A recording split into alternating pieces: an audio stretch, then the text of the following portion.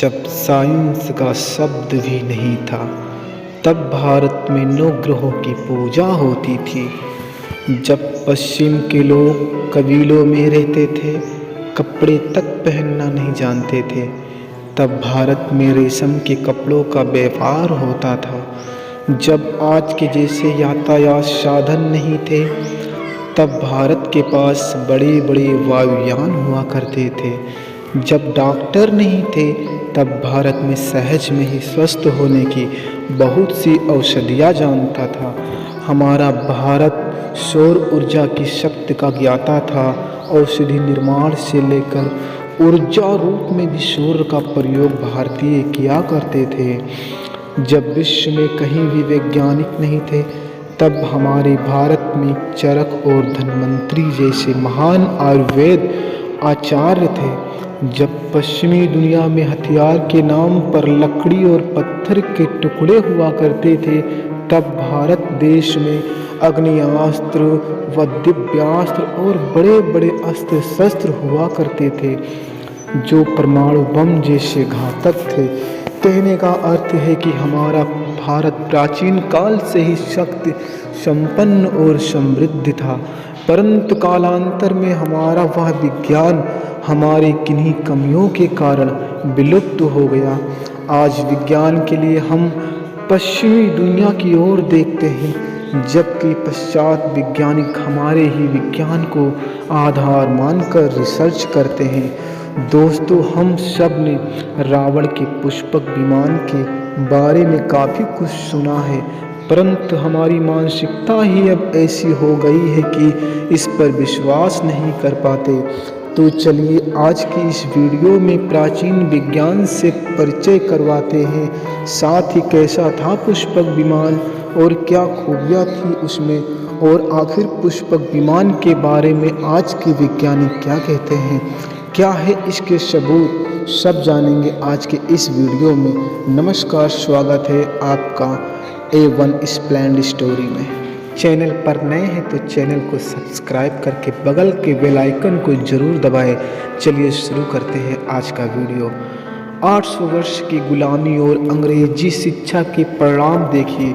जो लोग असभ्य थे वे लोग हमें सभ्यता सिखा रहे हैं, जो पूरी तरह से अवैज्ञानिक थे वे हमें विज्ञान सिखा रहे हैं। एक तरफ हम भारतीय संस्कृति को छोड़कर अंग्रेजी के पीछे भाग रहे हैं, वहीं रूस, अमेरिका, ब्रिटेन, थाईलैंड, इंडोनेशिया जैसे कई देश बचपन से ही अपने बच्चों को संस्कृत सिखा रहे हैं। बड़े बड़े साइकोलॉजिस्ट बिना इंजेक्शन, बिना दवाई, केवल ओमकार की जप से लोगों की हार्ट अटैक, बीपी, पेट, गले आदि की बीमारियां ठीक कर रहे हैं, और हम न जाने किस दुनिया में जी रहे हैं कि ओम का जाप करना अंधविश्वास मानते हैं। आखिर क्यों, कभी विचार जरूर कीजिएगा। खैर, आगे बढ़ते हैं। वाल्मीकि रामायण के अनुसार पुष्पक विमान मोर जैसी आकृति का विमान था, जो अग्नि वायु की समन्वय ऊर्जा से चलता था। पुष्पक विमान की गति बहुत ही तीव्र थी और चालक इसे किसी भी दिशा में अपनी इच्छा अनुसार गतिशील कर सकता था। दोस्तों, पुष्पक विमान की खूबियां जानकर आप दंग हो जाएंगे, क्योंकि आधुनिक वैज्ञानिक भी ऐसी खूबियों वाला विमान नहीं बना सकते।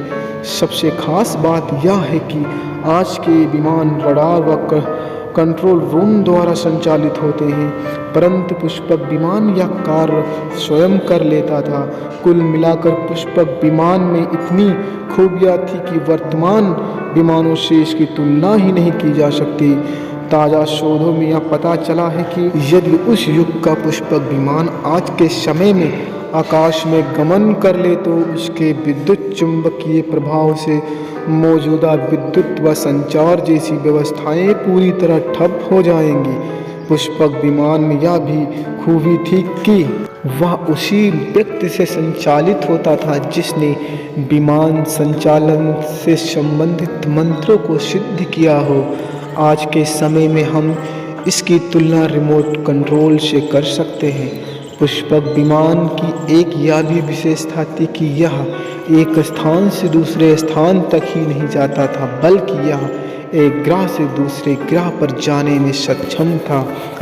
वर्ष 2012 में अफगानिस्तान की एक गुफा में 5000 साल पुराना एक विमान मिला, परंतु आश्चर्यजनक रूप से इस विमान के नज़दीक गए 8 अमेरिकन सोल्जर्स कहीं गायब हो गए, जो आज तक वापस नहीं लौटे। उस समय इसको लेकर दुनिया भर के अखबारों में जो शोर से खबरें छपी थी, लेकिन कोई उस पर विश्वास नहीं कर पा रहा था।